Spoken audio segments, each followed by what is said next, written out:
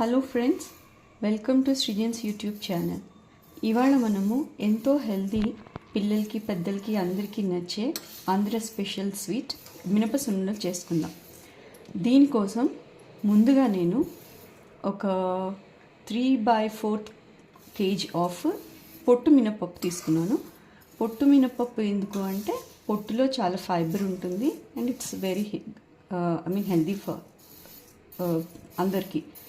ఇప్పుడు మనం దీన్ని లో ఫ్లేమ్లో ఒక 15 to 20 minutes ఫ్రై చేసుకోవాలి.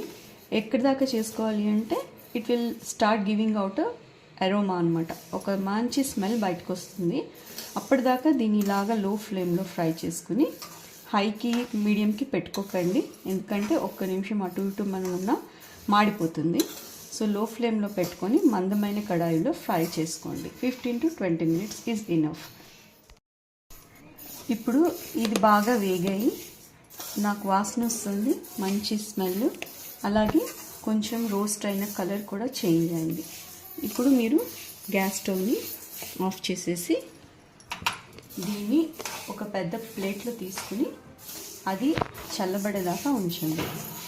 దీని ఒక 2 స్పూన్లు రైస్ వేసుకోండి. ఇది ఎందుకు అంటే మీరు సున్నుండ తినేటప్పుడు యూజువల్గా నోటికి చుట్టుకుపోతుంది. అలా చుట్టుకోకుండా ఉండాలంటే ఈ రైస్ వేయండి.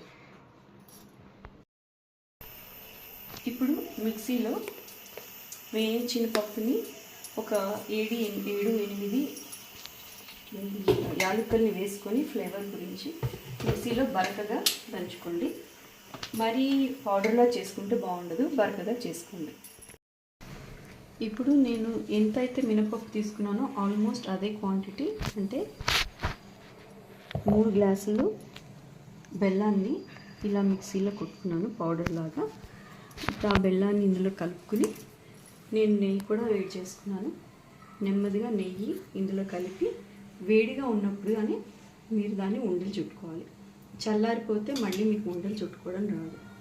ఇలా నెమ్మదిగా ఇదంతా ఇందులో వేసి కలుపుకుంటూ నెయ్యిని వేసుకోవాలి.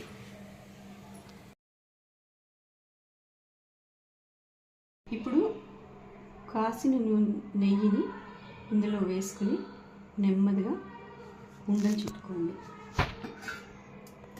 మరీ ఒకేసారి మీరు పట్టుకోలేకపోతే నెయ్యి వేడిగా ఉంటే కొంచెం కొంచెంగా వేసుకొని కలుపుకోండి. ఇలా కలుపుకొని గట్టిగా పిండి దాన్ని ముద్దలుగా చేసుకోండి.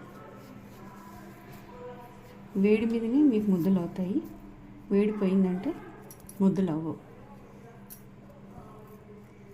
దీన్ని ఇలా గట్టిగా నొక్కుకుంటూ ఉండలు చేసుకోండి.